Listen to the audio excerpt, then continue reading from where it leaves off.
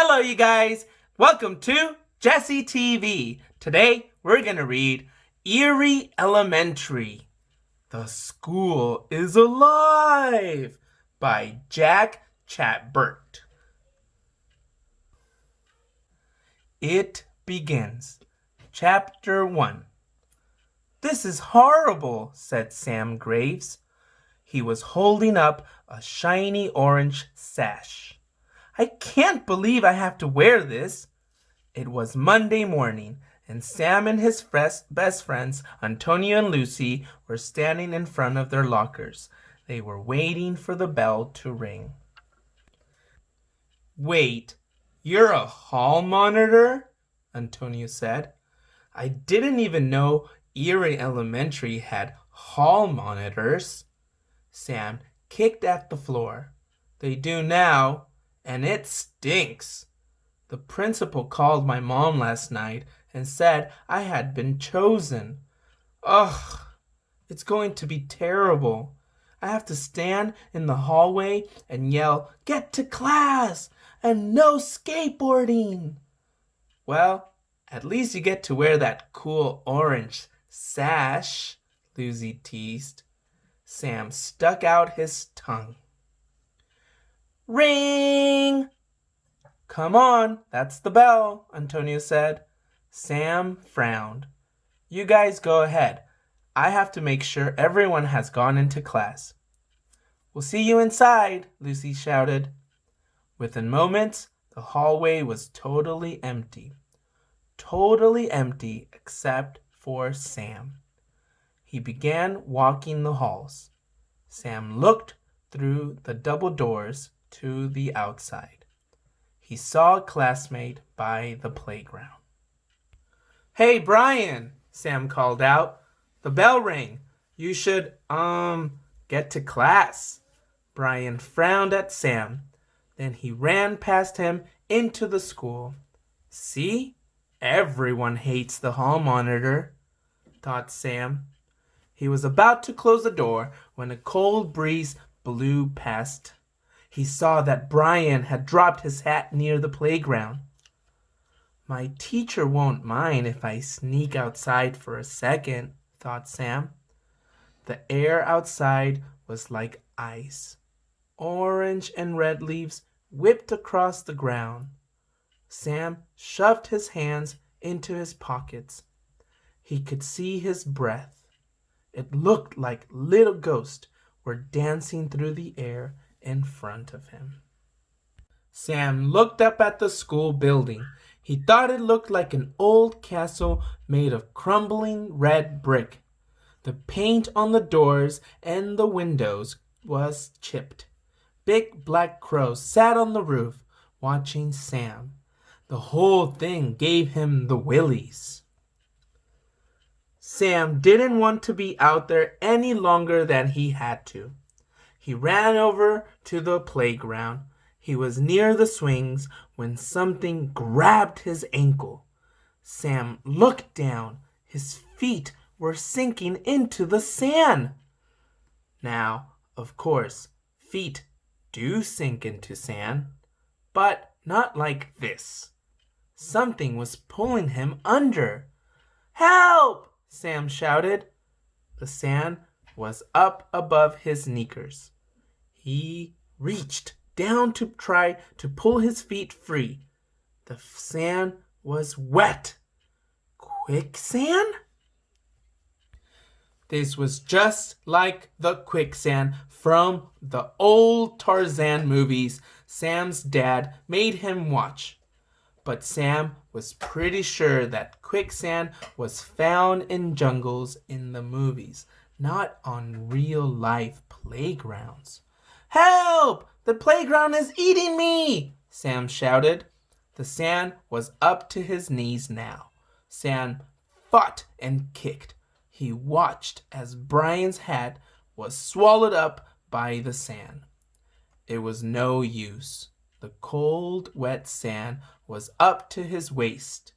Sam squeezed his eyes shut as he was pulled down deeper and deeper. Chapter 2. Mr. Nakobi. Just as the quicksand was about to swallow Sam, and hand grabbed his wrist. His eyes shot open. It was Mr. Nakobi, the old man who took care of the school. Mr. Nakobi tugged. Sam was yanked free.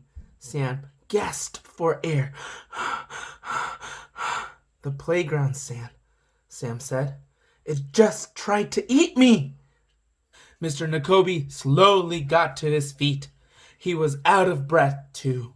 His face looked like a piece of paper that someone had balled up and then tried to flatten again. He stared at Sam. His eyes were small and gray. A chill went up Sam's spine.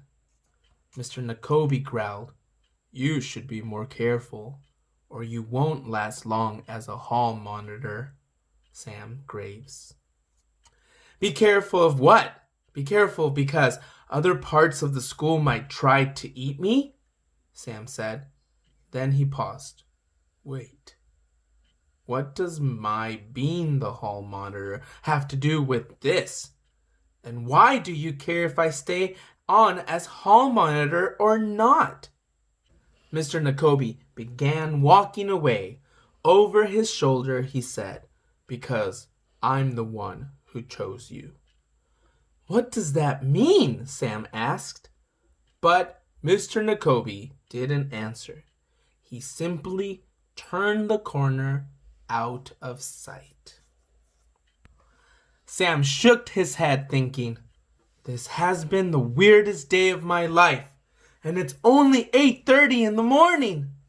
He needed to tell Lucy and Antonio about the quicksand and about creepy Mr. Nakobi. But first, he had to ditch the orange sash. Sam darted inside and flung open his locker. Whew! He stumbled back and threw his hand over his nose. His locker stunk. The smell coming out of Sam's locker reminded him of rotten chocolate milk or something. "Yikes! What did I leave in here?" he asked. Sam shoved the sash inside his locker. Then he knew what it smelled like. Really bad breath. Tick-tock, tick-tock. Chapter 3. Sam slammed his locker shut. He rushed into Miss Grinker's classroom. Miss Grinker was short and thin, with frizzy gray hair. She was listing everyone's parts for Friday's class play on the board. Sam slid into his desk between Antonio and Lucy. He whispered, "Guys, the freakiest thing just happened. I got trapped in quicksand on the playground." Lucy crunched up her forehead. Antonio scratched his chin. Then they both tried not to laugh. "If it happened to you," Sam whispered, "you wouldn't be laughing." "Sam, Lucy, Antonio," yelled Miss Grinker. All three kids faced front. "Please pay attention," Miss Grinker said. "I am still giving out the parts for Peter Pan." "I'm playing Peter Pan," Antonio whispered to Sam. He had a big smile on his face. He always did. He was the happiest kid Sam knew. "And I'm playing Wendy," Lucy whispered. "Sam Graves, you'll be playing Noodler." "He's one of the Captain Hook's friendliest pirates," said Miss Grinker. Sam nodded, but all he could think about was the man-eating playground. As the day wound down, Sam stared out the window. An old oak tree was blowing in the breeze. It was moving strangely. Sam leaned forward on his desk. The tree looked like a giant oak hand waving at Sam. Sam shivered. Then he looked at the clock across the room. How long until this day is over? He thought. Sam could hear the clock. Tick-tock, tick-tock, tick-tock. How can I hear the clock from all the way over here? He wondered. Then the sound of the clock changed. Sam no longer heard tick-tock, tick-tock. The sound became ba-bump, ba-bump. Sam was even more confused. That doesn't sound like a normal clock. But I do know what sound. Ba-bump, ba-bump, ba-bump, ba-bump, ba-bump, ba-bump. It sounds like a beating heart. Something Awakens, Chapter 4. Sam covered his ears, but he couldn't get away from the sound of the clock. Not until ring! The day was over. Sam followed the other kids into the hall. He grabbed the hall monitor sash from his stinky locker. See you tomorrow, Sam, Lucy said. She and Antonio threw their backpacks over their shoulders and ran outside. Sam sighed. He wanted to run home too. He wanted to plop down on the couch and fall asleep. Then he wanted to wake up to learn this whole day had been a terrible nightmare. But instead, he had to go on hall monitor duty. Sam stood near the third grade lockers. The only thing keeping Sam awake was the cool chill across his neck. It felt like the school was breathing on him. Sam saw that he was beneath an air vent. There were no teachers around, so Sam thought there would be no harm in sitting down. He slipped into a chair just outside the principal's office.